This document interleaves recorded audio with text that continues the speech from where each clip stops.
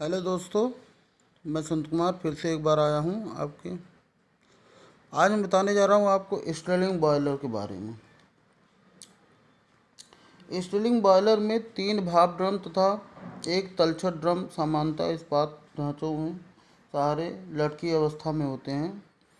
ये सभी ड्रम मुड़ी नालियों के सहारे परस्पर एक दूसरे से जुड़े रहते हैं।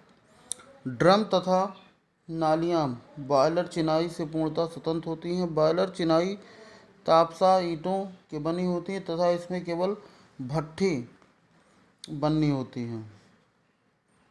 भट्ठी में उपजी गर्म दग्ध गैसें नालियों तथा भाप ड्रम के ऊपर से प्रवाहित होकर उनके अंदर बहते हुए नालियों को अपनी ऊष्मा आंतरित करती हैं, जो भाप ड्रमों में एकत्रित होती हैं। दग्ध गैसें अपनी निश्चित मार्ग पर बफेलों की सहायता से प्रवाहित होती हैं और अंत में चिमनी द्वारा वायुमंडल में निकल जाती हैं। भाप ड्रमों में संभारण जल की आपूर्ति जल पंप द्वारा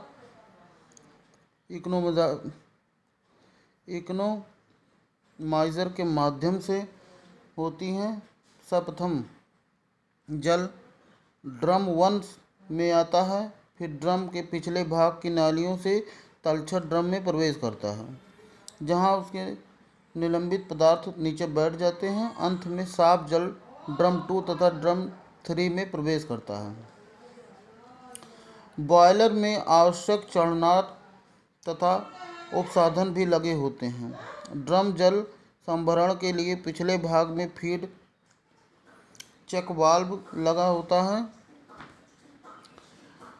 प्रत्येक ड्रम पर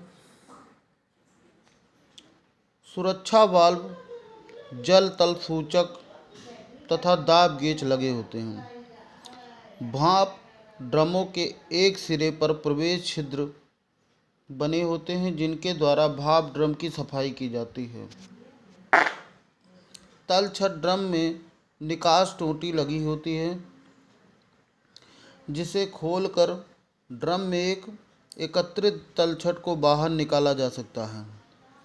बॉयलरों में भाप अतितप्त अवस्था में रोक वाल्व द्वारा प्राप्त की जाती है। अतितप्त भाप अतितापक से प्राप्त होती है।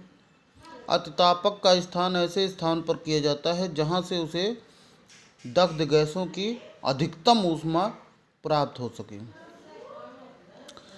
स्टर्लिंग बॉयलर में भाप का उत्पादन 60 किलोमीटर प्रति सेंटीमीटर स्क्वायर तथा 400 डिग्री सेल्सियस तापमान पर तक किया जा सकता है।